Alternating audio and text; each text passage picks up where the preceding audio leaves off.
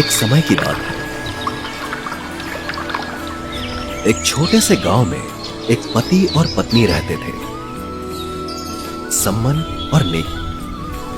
दोनों ने निर्धनता के काले बादलों के बीच एक अनमोल खजाना पाया था, जो था कबीर परमेश्वर जी का ज्ञान।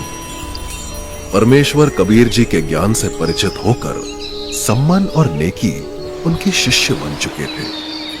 उनका एक 10-12 वर्ष का लड़का भी था, जिसका नाम शिव था, परंतु सब उसे प्यार से सेऊ कहा करते थे। जहां भी सम्मन और नेकी चूड़ियां पहनाने जाते, वहां कबीर साहब जी की महानता का जादू बिखेर देते। हमारे गुरुजी कितने सक्षम हैं, ये शब्द उनके होठों से झरते जैसे दिव्यता की गूंज हो। आप जानते हैं, हमारे गुरुदेव सर्वशक्तिमान हैं। उन्होंने राजा सिकंदर लोदी का जलन का रोग ठीक कर दिया था। और राजा सिकंदर लोदी ने जो गाय काट दी थी, उसे भी उन्होंने जीवित कर दिया था। वो सबके दुख दूर करके सबको सुख प्रदान करते हैं। सब औरतें सुनती तो थी, लेकिन मन में दोष रखती थी कि इन गरीब आदमियों को इनके गुरु ने बहका रखा है। ऐसा कभी हो सकता है? अगर इनका गुरु इतना शक्तिशाली है, तो क्यों नहीं इनकी निर्धनता दूर कर देते? दिल्ली का सुल्तान सिकंदर लोधी भी कबीर साहिब जी का शिष्य था। सिकंदर लोधी के पीर शेख तकी ने कबीर साहिब को एक मृत लड़के को पुनर्जीवित करने की चुनौती दी थी। कबीर साहिब ने उस मृत लड़के को पुनर्जीवित कर दिया था। यह चमत्कार देखकर सभी लोगों ने कहा कि कबीर साहिब जी ने तो कमाल कर दिया। इसलिए कबीर साहिब जी ने उस लड़के का नाम कमाल रख दिया था और उसे अपने पुत्र के रूप में अपने साथ रख लिया था। कबीर साहिब जी के साथ काफी समय रहने के बाद भी कमाल के मन में इतना अभिमान था कि उसे लगता था कि परमात्मा कबीर साहिब जी की जितनी सेवा मैं करता हूं, उतनी कोई नहीं कर सकता। कबीर साहिब जी तो जानी जान थे। उन्हें इसकी खबर थी कि अभिमान जीव का सबसे बड़ा शत्रु होता है। अभिमान चाहे सेवा का हो या दान का हो, भक्ति मार्ग में अभिमानी व्यक्ति नहीं टिक सकता। परमात्मा कबीर साहिब को कमाल के अभिमान की भड़क निकालनी थी। इसीलिए एक दिन कबीर परमात्मा ने कहा, बेटा कमाल, मुझे अपने एक भक्त परिवार के यहां जाना है। मेरे जाने की तैयारी करो। मैं भी आपके साथ चलता हूं गुरुदेव। मेरे अलावा वहां आपकी सेवा कौन करेगा? ठीक है, साथ ही शेख फरीद को भी कह दो, वो भी चल पड़ेगा हमारे साथ। जिस प्रकार सम्मन और नेकी अपने गुरुदेव कबीर परमात्मा जी की महिमा को हर जगह गाते थे, उसी प्रकार का प्रेम और उसी प्रकार की भक्ति उनके बेटे सेऊ में भी झलकती थी। सेऊ का मन हमेशा कबीर साहिब जी की महानता के गुणगान से भरा रहता था। वो अपने मित्रों के बीच बैठकर उत्साह और गर्व के साथ कबीर साहिब जी की कहानियां सुनाता, मानो जैसे वो सभी दिव्य चमत्कारों को अपनी आंखों से देख चुका हो। तुम्हें पता है, हमारे गुरु कबीर साहिब जी कुछ भी कर सकते हैं। एक बार सिकंदर लोधी ने रामानंद जी का सर अपनी तलवार से काट दिया था और कबीर साहिब जी ने उसको वापस जोड़ दिया था। मेरे गुरु जी के बहुत सारे शिष्य हैं और दिल्ली का बादशाह सिकंदर लोधी भी उनका शिष्य है। अच्छा सेऊ, एक बात बताओ, आज तक तुम्हारे गुरुजी कभी तुम्हारे घर क्यों नहीं आए? अरे नहीं नहीं, इनके गुरुजी तो केवल धनवानों और राजाओं के यहाँ ही जाते हैं, जैसे बीरदेव सिंह बघेल, काशी नरेश, और ये तो कंगाल है। इनके यहाँ भला वो क्यों आएंगे? नहीं, ऐसा बिल्कुल नहीं है। हमारे गुरुदेव जी को धन से कोई मतलब नहीं है। एक दिन हमारे घर भी वो अवश्य आएंगे। तुम सब देखना तब।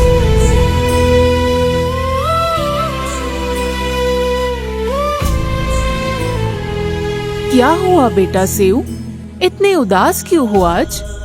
माँ, गुरुदेव हमारे घर क्यों नहीं आते? बेटा, गुरुदेव तो हमेशा हमारे साथ ही रहते हैं। वो अपने बच्चों से पल भर भी दूर नहीं होते। और गुरुदेव के लाखों शिष्य है बेटा, ऐसे भला वो किस किस के घर जाएंगे? आपकी सारी बात सही है माँ, लेकिन मेरे मित्र मुझे चिढ़ाते हैं कि तुम्हारे गुरुजी तो सिर्फ राजाओं के घर जाते हैं। तुम कंगाल हो, इसलिए तुम्हारे घर नहीं आते।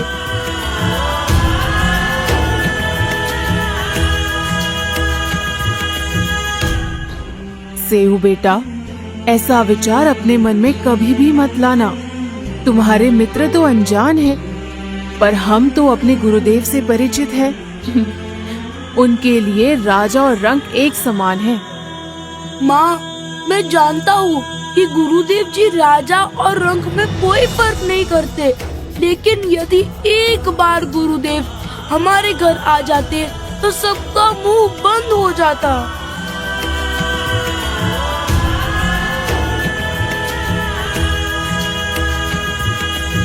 बेटा, हमने जगत की तरफ नहीं देखना है। जगत तो ना जाने क्या क्या कहेगा। हमें सिर्फ गुरुदेव जी के ज्ञान आधार पर ही सोचना है और उनके आदेश का पालन करना है। बेटा, हमें अपने गुरुदेव पर पूरा विश्वास होना चाहिए। उनकी प्रत्येक क्रिया पर भरोसा होना चाहिए। भक्त सम्मन, कोई है घर पर? ऐसा लगता है जैसे गुरुदेव जी की आवाज आई हो। हम गुरुदेव जी की चर्चा कर रहे थे, इसीलिए हमारे कानों में उनकी आवाज का आभास हो रहा है। अरे बेटा सम्मन, घर पर हो?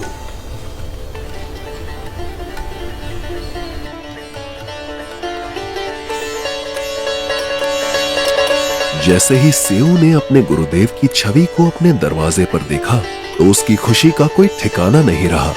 उसका दिल तेजी से धड़कने लगा और आंखों में चमक आ गई।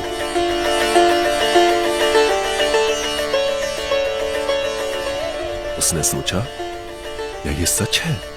या मेरे प्रिय गुरुदेव सचमुच मेरे दरवाजे पर खड़े हैं? खुशी के मारे उसके चेहरे पर एक मुस्कान खिल गई। सम्मन और नेकी इतनी भावुकता में थे कि वो अपने गुरुदेव को घर के अंदर आमंत्रित करना भी भूल गए। अरे भगत जी, गुरुदेव जी को यही खड़ा रखोगे या अंदर भी आने को कहोगे? आओ भगवान, अंदर आओ।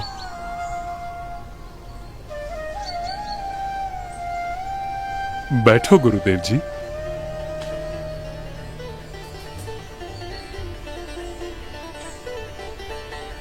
भगवान, बड़ी दया करी आपने। हे मालिक, अभी हम आपकी ही चर्चा कर रहे थे और बेटा सेऊ कह रहा था कि गुरुदेव हमारे घर कब आएंगे। आप अंतर्यामी हो प्रभु। मालिक, आपने इस बच्चे की पुकार सुन ली। आपने तुरंत हमारी इच्छा पूरी कर दी। गुरुदेव, आप जी को आने में कोई समस्या तो नहीं हुई? कैसी समस्या सम्मन? हम तो परमात्मा की चर्चा करते करते यहाँ पहुंच गए। समय का पता भी नहीं चला। जी गुरुदेव, आप जी थक गए होंगे, आराम कर लीजिए। और भोजन का बताइए गुरुदेव। हाँ बेटा, पैदल चल कर आए हैं, बहुत थक गए हैं और भूख भी लगी है। भोजन तो करेंगे। जी गुरुदेव।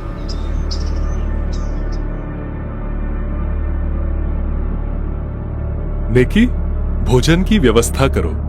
गुरुदेव जी को भूख लगी है, भोजन करेंगे। हे भगवान, कैसा दुर्भाग्य है हमारा। आज हमारे घर पे एक अन्न का दाना भी नहीं है और ना ही आटा है। अब गुरुदेव जी के लिए भोजन कैसे बनाऊं? कोई बात नहीं, ऐसा करो, किसी से उधार ले आओ। आप जब गुरुजी के पास बैठे थे तब मैं कई घरों में गई थी और मैंने सबसे प्रार्थना की, लेकिन बहन जी, आज मेरी थोड़ी मदद कर दो। बस थोड़ा सा आटा उधार दे दीजिए, मैं आपको जल्द ही लौटा दूंगी।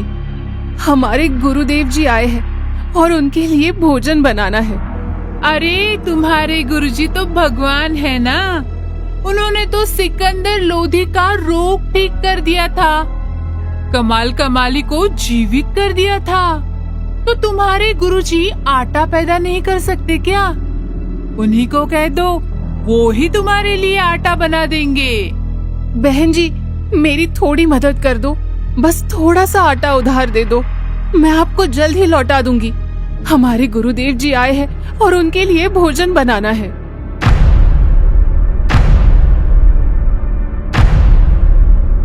अरे बहन नेकी, तुम तो बहुत गुण गाती थी अपने गुरुजी के।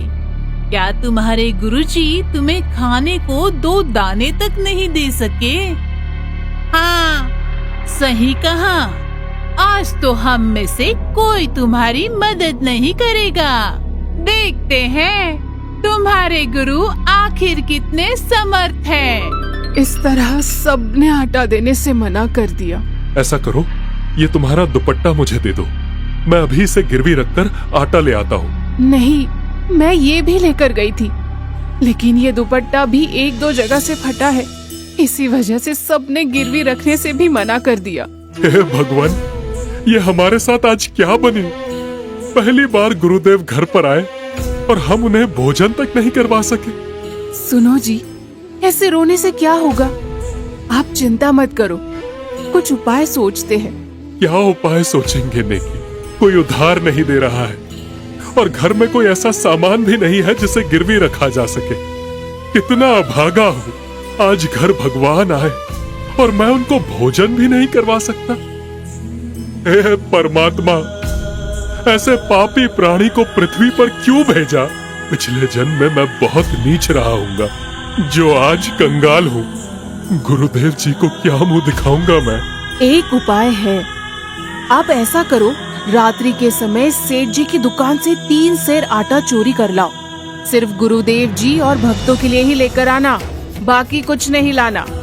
गुरुदेव जी को बता दीजिए कि अभी विश्राम करें, सुबह वक्त से भोजन बनाएंगे। गुरुदेव जी समझ जाएंगे। इसके अलावा अब कोई रास्ता नहीं दिखाई देता।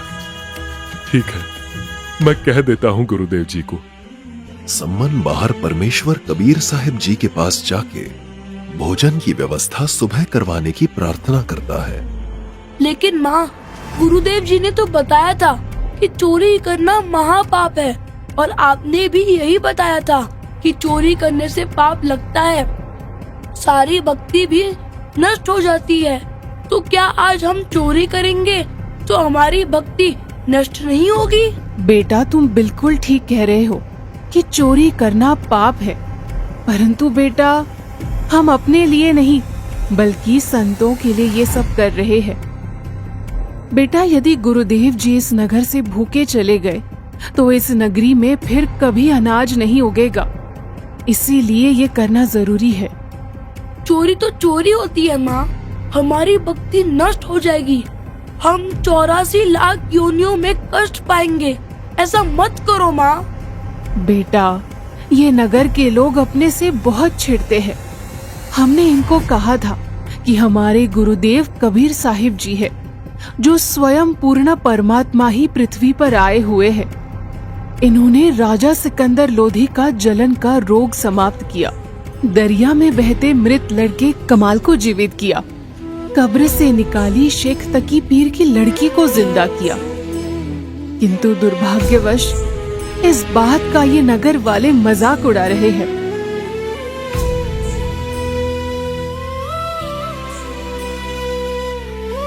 ठीक है माँ।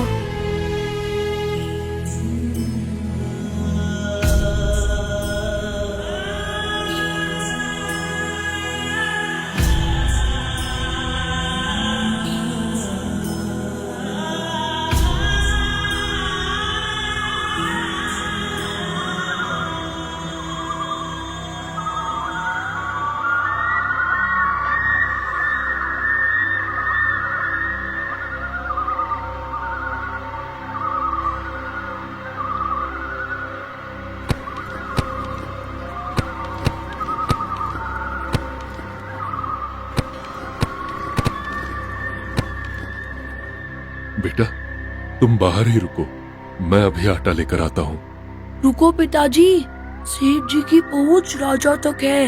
यदि उन्होंने आपको पकड़ लिया तो वो राजा के सामने आपको पेश करेंगे और फिर चोरी के इल्जाम में राजा आपको फांसी की सजा सुना देगा। इससे अच्छा है कि मैं चला जाता हूँ, ताकि अगर उन्होंने मुझे पकड़ भी लिया तो बालक समझकर मुझे छोड़ देंगे। नहीं बेटा, यदि तुम्हें फांसी दे दी तो हम अपने आप को कभी माफ नहीं कर पाएंगे।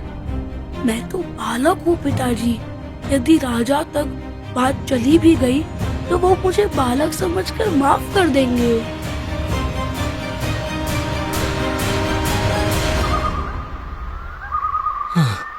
ठीक है बेटा, लेकिन आटा सिर्फ 3 सेर ही लाना, इससे ज्यादा ना लाना।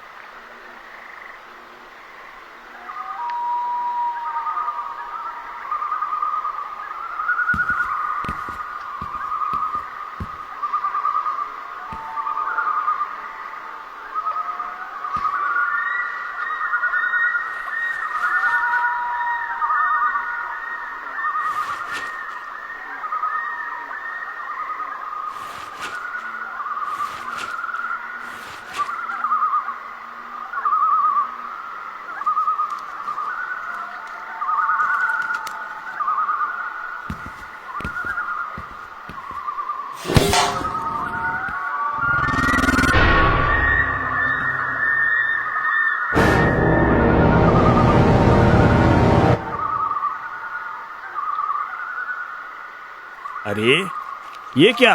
अरे अरे चोर चोर चोर चोर!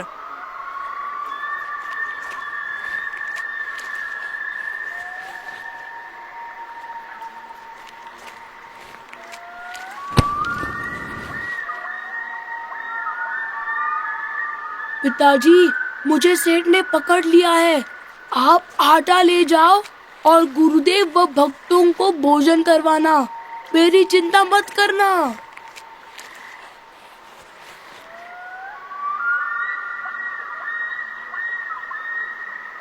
अरे तू तो सम्मन का बालक है। तुम तो अपने आप को भक्त कहते थे, तुम तो चोर निकले। सेठ जी, मैंने तो सिर्फ 3 सेर ही आटा लिया है। हमारे घर हमारे गुरुदेव जी आए हैं, उनके लिए भोजन बनाना था। मेरी माँ सभी के पास आटा उधार लेने गई थी, लेकिन सभी ने आटा देने से मना कर दिया। अच्छा, अब समझा। तो चोरी तो तुम्हारा गुरु करवा रहा है। ठीक है, अब कल राजा के सामने पेश होकर बताना ये सब। राजा ही बताएगा क्या सजा मिलेगी तुम्हें और तुम्हारे गुरु को। हे परमात्मा, यह तो अनर्थ हो गया। गुरुदेव को भोजन तो करवा नहीं सके, उनको मुसीबत में और खड़ा कर दिया। अब ये सेठ सुबह राजा से सब कह देगा और फिर सब जगह गुरुदेव की बेइज्जती होगी। पता नहीं राजा गुरुजी को क्या सजा सुना देगा। पिताजी, मुझे तो सेठ जी ने पकड़ लिया है। आप ही आटा ले जाओ और गुरुदेव को सुबह भोजन करवा कर शीघ्र इस नगरी से रवाना कर देना।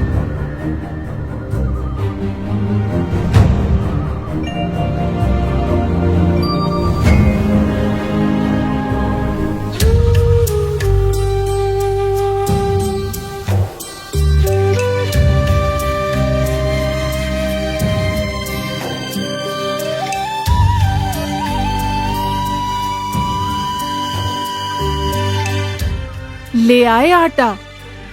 सेव कहाँ है?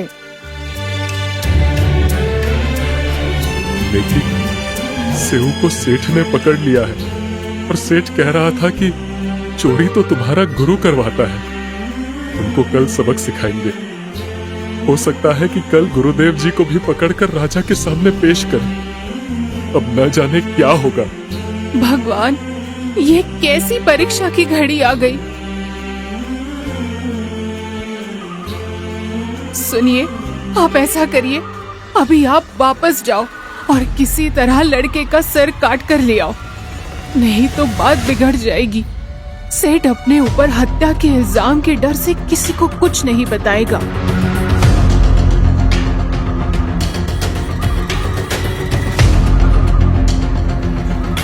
अगर आज हमने ये नहीं किया तो हमारे गुरुदेव जी को राजा न जाने क्या सजा देगा।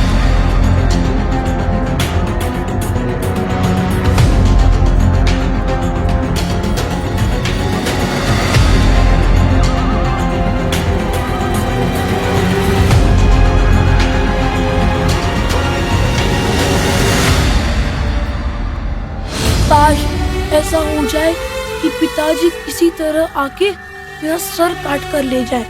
इससे सेठ जी डर जाएगा और कहीं जिक्र नहीं करेगा। बेटा सेऊ, मुझे आपसे कुछ आवश्यक बात करनी है। एक बार सिर्फ तो सुराख से सिर बाहर निकाल दे, फिर न जाने कब मिल पाएंगे। ये तुझे पकड़ा देंगे और पिता पुत्र को मिलने नहीं देंगे। 2 बात तेरे कान में बताऊंगा। सेठ जी, मेरे पिताजी बाहर आए हुए हैं और उन्हें मुझे कुछ जरूरी बात बतानी है। मुझे कुछ देर के लिए उनसे बात करने के लिए छोड़ दो। नहीं नहीं, तू भाग जाएगा, ऐसे कैसे छोड़ दूं? नहीं सेठ जी, नहीं भागूंगा मैं। मेरा यकीन कीजिए। ऐसा कीजिए, आप मेरे पैर में जो रस्सा बांधा है उसे थोड़ा ढीला कर दीजिए। ठीक है, कोई बात नहीं, कर देता हूँ ढीला। 3 सेर आटा ही तो लिया है, कोई बड़ी बात भी नहीं है।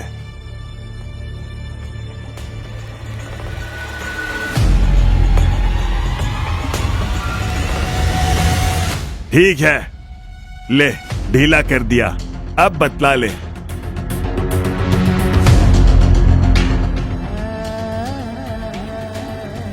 पिताजी, पहले आप मेरी बात सुनो। अभी मेरा गला काट कर ले जाओ। पिताजी, यदि आप सच में मेरे बाप हो तो अभी मेरी गर्दन काट कर ले जाओ।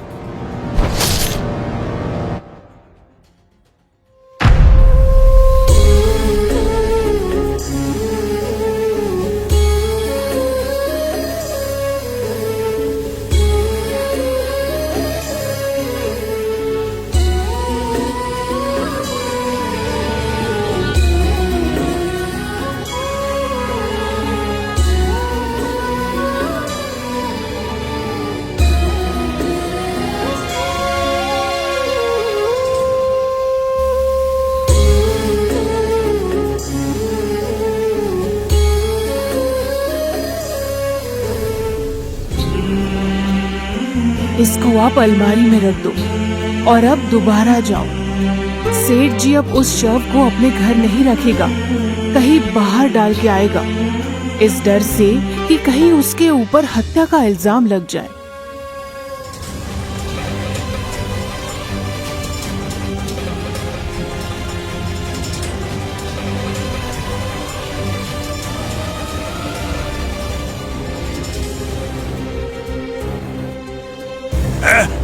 है भगवान, ये क्या हो गया?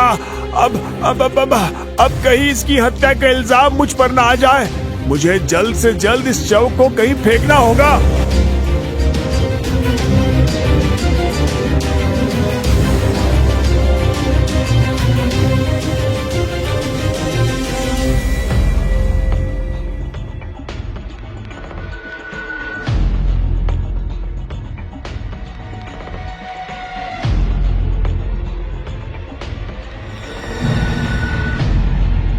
हाँ, इस सुराख को बंद कर देता हूँ, जिससे किसी को यहाँ कुछ हुआ था इसका पता ही नहीं चलेगा।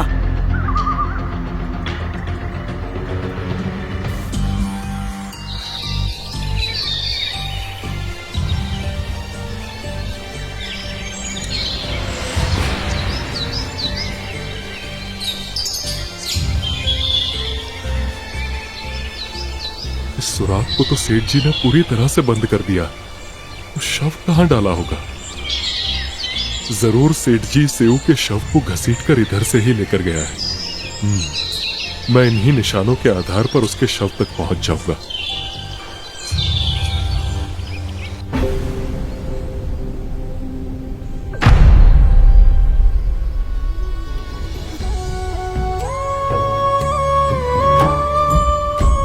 मैं तो बालक हूँ पिताजी। यदि राजा तक बात चली भी गई तो वो मुझे बालक समझकर माफ कर देंगे।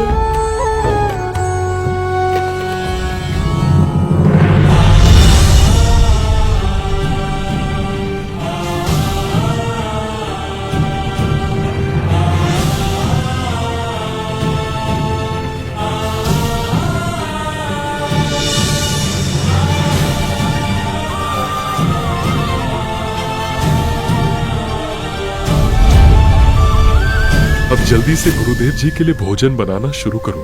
और हाँ, इस बात का ध्यान रखना कि गुरुदेव के सामने तनिक भी रोना मत, वरना उन्हें पता चल जाएगा, और अगर उन्हें पता चल गया तो वो भोजन नहीं खाएंगे।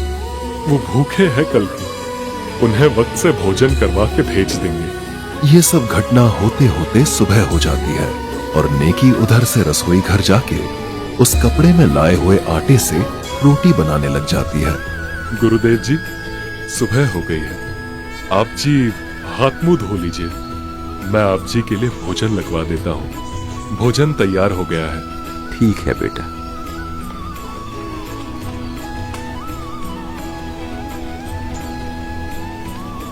सम्मन बेटा, इस भोजन को 6 भागों में बांट लो। 3 तुम हो और 3 हम हैं। आज इकट्ठा बैठकर इस प्रेम प्रसाद को पाएंगे।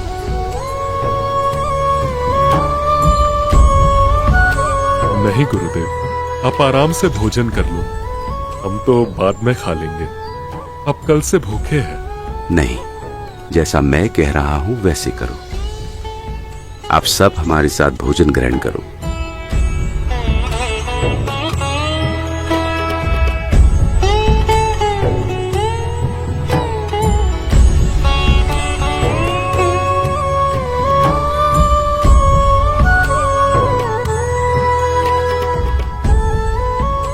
बेटा सम्मन, 5 नहीं 6 पात्रों में भोजन डालो।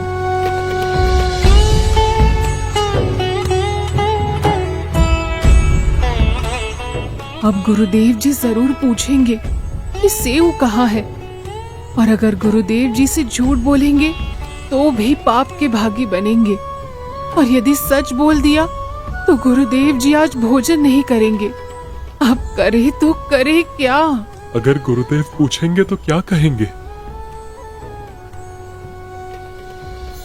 आओ सेऊ जीम लो, ये प्रसाद प्रेम।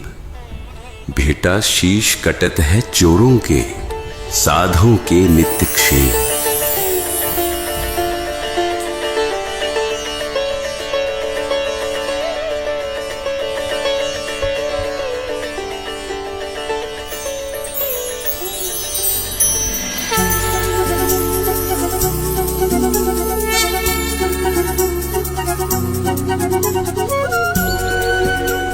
सम्मन और नेकी के लिए सेऊ को जीवित देखना किसी चमत्कार से कम नहीं था।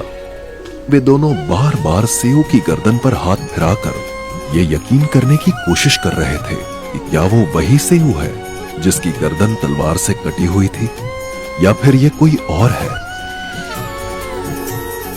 दोनों के मन में यह सवाल उठ रहा था, ये लड़का आखिर कैसे जीवित हो गया। जब गर्दन पर किसी प्रकार का निशान नहीं मिला तो वे उठकर कमरे के अंदर गए जहां सेऊ का मृत शरीर रखा था। वहां जाकर देखा तो धड़ और गर्दन दोनों गायब थे। बस चारों तरफ केवल खून के धब्बे बचे थे। परमात्मा कबीर जी ने मन पापी के संशय और भ्रम को समाप्त करने के लिए इस प्रमाण को छोड़ा था। नेकी, सेऊ का शीश तो यहीं रखा था, कहाँ गया? हाँ, और धड़ भी यही तो था, वो भी यहाँ पर नहीं है। इसका मतलब बाहर बैठा अपना सेऊ ही है। हाँ नेकी, भगवान अंतर्यामी है और आज उन्होंने हमें हमारा पुत्र भी लौटा दिया। हे परमात्मा, आपकी लीला सचमुच अपरंपार है। आप ही अपने बच्चों को सेवा करने की शक्ति और हिम्मत देते हैं और फिर स्वयं ही वो सेवा पूरी करवा लेते हैं। हे दाता, आपकी जो महिमा और चमत्कार हमने सुने थे वो आज हमने अपनी आंखों से प्रत्यक्ष देख लिया। आपकी कृपा और करुणा का कोई अंत नहीं है। हम धन्य हैं जो हमें आपकी शरण में आने का सौभाग्य प्राप्त हुआ। नेकी और सम्मन पूरे भाव से पूरी घटना का वर्णन करते हैं, जिसमें उन्होंने अपने सेवा भाव और परमात्मा के प्रति अटूट विश्वास के साथ जो बलिदान दिया उसे साझा किया। उनकी कहानी सुनकर कमाल अचंभित रह जाता है और उसके मन में गहरा पश्चाताप जाग उठता है। वो तुरंत परमात्मा के चरणों में गिरकर अपनी भूलों के लिए क्षमा मांगता है और परमात्मा की अनंत दया और शक्ति को नतमस्तक होकर स्वीकार करता है। हे दाता, मुझे अपनी सेवा का बहुत अभिमान था, लेकिन आज इन भक्तों की सेवा के प्रति इतना बड़ा बलिदान देखकर आपने मेरी आंखें खोल दी। हे गुरुदेव, मुझ नीच को क्षमा करो। इस कथा के माध्यम से हमने देखा कि पूर्ण परमात्मा कबीर साहिब जी की अनंत कृपा और महानता का अनुभव करने के लिए भक्ति और श्रद्धा का होना आवश्यक है। सम्मन और नेकी ने अपने पुत्र सेऊ की कुर्बानी देकर ये साबित कर दिया कि सच्ची भक्ति में कोई भी बलिदान व्यर्थ नहीं जाता। कबीर साहिब जी ने हमें ये सिखाया कि यदि आप पूर्ण परमात्मा की शरण में हैं, तो परमात्मा आपके लिए कुछ भी कर सकता है। भक्ति में निष्ठा और सेवा का भाव ही सच्ची सफलता का मापदंड है। इस कथा ने हमें यह भी सिखाया कि अभिमान और अहंकार सबसे बड़े शत्रु होते हैं और सच्चे भक्त वही होते हैं जो अपनी सेवा को साधारणता के साथ स्वीकारते हैं। कमाल ने इस घटना से यह सीखा कि सच्चे गुरु की भक्ति में अहंकार का कोई स्थान नहीं होता। अंततः हमें यह समझना चाहिए कि गुरु का सानिध्य और उनके प्रति भक्ति जीवन का सबसे बड़ा धन है। आइए हम सब मिलकर कबीर परमेश्वर जी के ज्ञान और शिक्षाओं को अपने जीवन में उतारे और उनके मार्ग पर चलते रहे। धन्यवाद। दर्शकों, यह 2D एनिमेशन वीडियो संत रामपाल जी महाराज के सत्संग प्रवचनों का अंश मात्र है। संपूर्ण आध्यात्मिक ज्ञान प्राप्त करने के लिए अवश्य सुनिए संत रामपाल जी महाराज के मंगल प्रवचन। संत रामपाल जी महाराज के मंगल प्रवचन सुनने के लिए आज ही प्ले स्टोर से डाउनलोड करें संत रामपाल जी महाराज ऐप और सब्सक्राइब करें हमारा YouTube चैनल संत रामपाल जी महाराज।